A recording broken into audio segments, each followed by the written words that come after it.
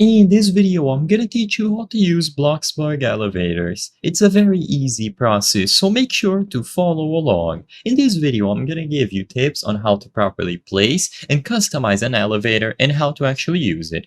So first, you need to buy the elevator. So if you go over to the build catalog and look under the stairs category, you will be able to find elevators. So a bunch of them exist. You have the standard elevator, which costs 30,000 and plus 15,000 for every level that you add, and then you have some other options. You have the stylish elevator, the window elevator, elegant elevator, traditional elevator, and finally the modern elevator. It's down to personal preference, and these are just different styles. You simply have to choose whichever one you like, but you might notice some speed differences on them as well, so keep an eye out for that.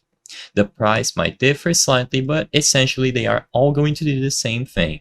So once you purchase any of these elevators, you will have to adjust the height before placing. So use the B and the N keys on your keyboard. This will adjust the elevator's height before placing it. B makes it taller and N makes it shorter. If you are on mobile, there should be arrows that you can drag to adjust the height.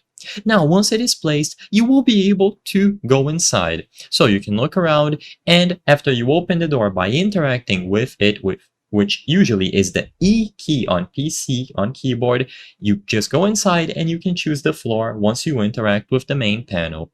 So choose from any of the available desired floors and the elevator will take you up or down accordingly. You can repeat this process as many times as you wish, as long as you have the Bloxburg elevator properly set up and placed in accordance to the height of your house and your flooring.